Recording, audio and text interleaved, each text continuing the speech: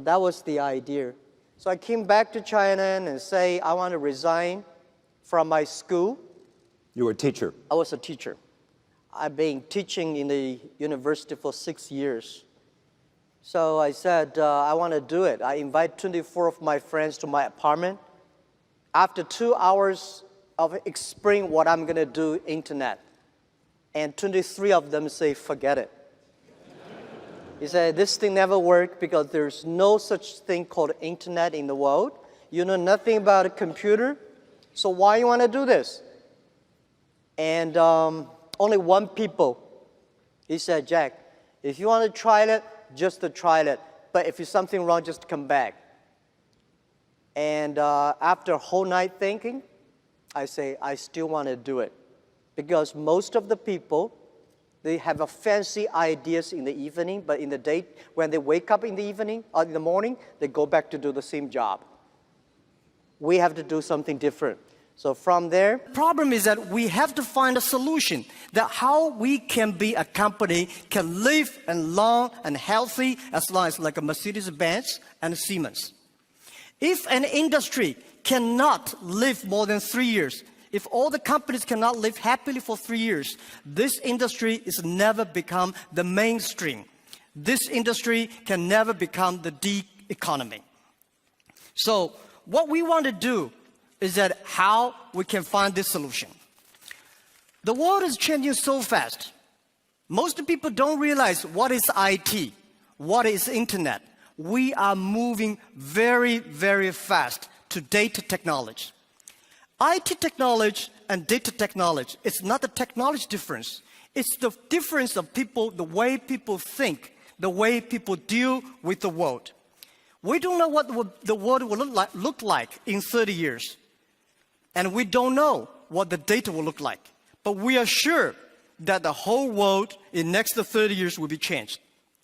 If the first and the second innovation and technology revolution relieve or liberate the human strength, the physical strength, this revolution release and liberate the strength of a human brain, the innovation. The future world, we believe, will be connected, not by oil, not by other things, but by data. The future world, the business is C2B, not B2C. C2B is consumer to business, not business to consumer.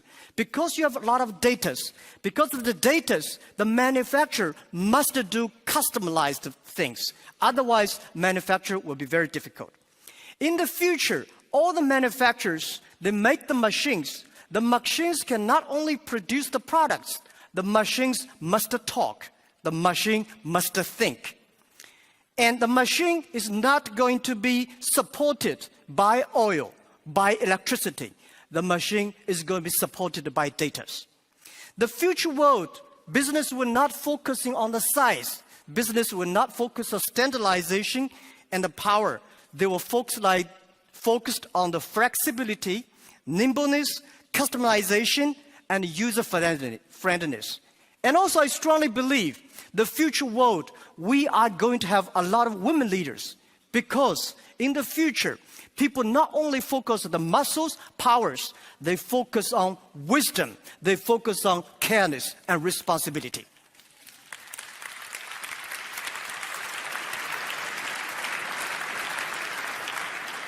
And I think internet must find the missing part.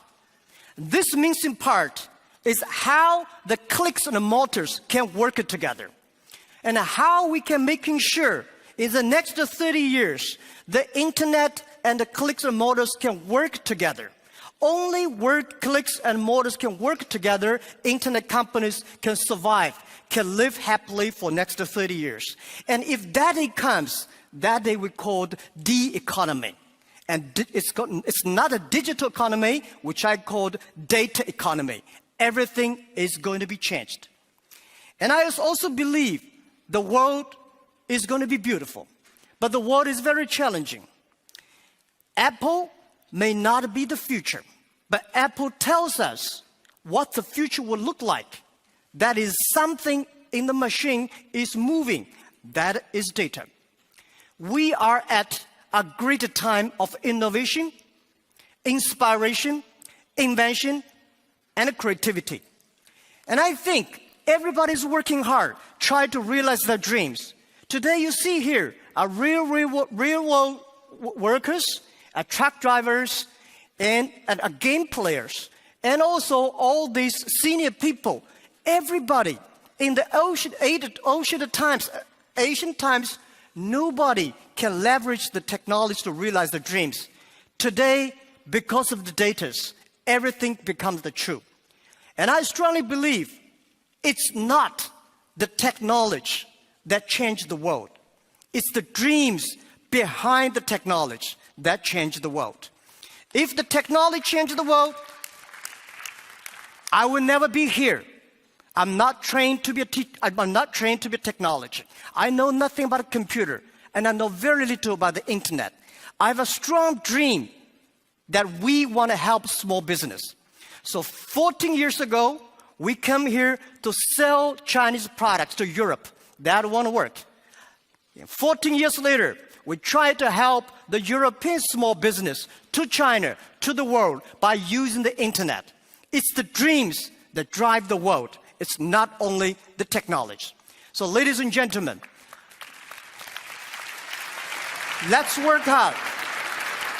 It's a fantastic world. It's a world belongs to young people.